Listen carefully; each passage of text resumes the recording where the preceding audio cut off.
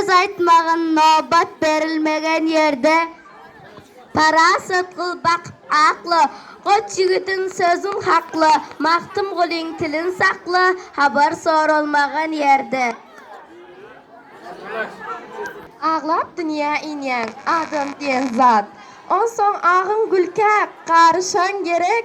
Yön evelin gülke karışmak için yurt obadan durmuş çağlaşan gerek.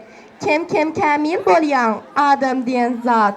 On son sen hallara can koşan gerek.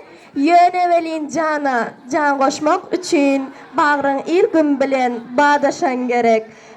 Kem kamil kati eciz bolyan adam diyen zat. Şonda gelip derdin soraşan gerek. Yön evelin derdin soraşmak için ozal seni dertten qoraşan gerek.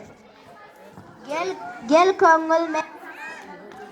Köngül men sana öğüt bereyin. Rak kılma görür gözün iyiliğini. Kımmatın kaçırma yerine sözle. Uzatmagıl her nakase tilini. Baktım kıl pıragı pakım paykasımman.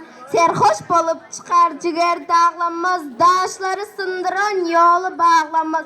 Gözüm gayra düşer köngül bağlanmaz. Maktım kılıyı haklı tülüy Türkmenim. Kimsen amart bolsa kimi mert bolur. Yaxşı iş etsenden yaxşı at kalır. Her ne gelse başa tilinden gelir. Maktım kılıyı halk çağından ayrılma. Mekan eylep 3 yıl idim duzunu. Gider boldum hoş kal güzel şırgazı. Ötürdüm kışını Navruz yazını. Gider boldum hoş kal güzel şırgazı. İçki sırrını aytma her bir namarda. Sırrın ile yayıp paş eder seni. Oğur kezzap bilen obadaş olma. Malından ayrılıp aç eder seni. Samsam adam bilen oturma. Zınhar namart bilen sen sohbet kurma. Kadırdan dostundan yüzün övrme. Barsan tepesine tac eder seni.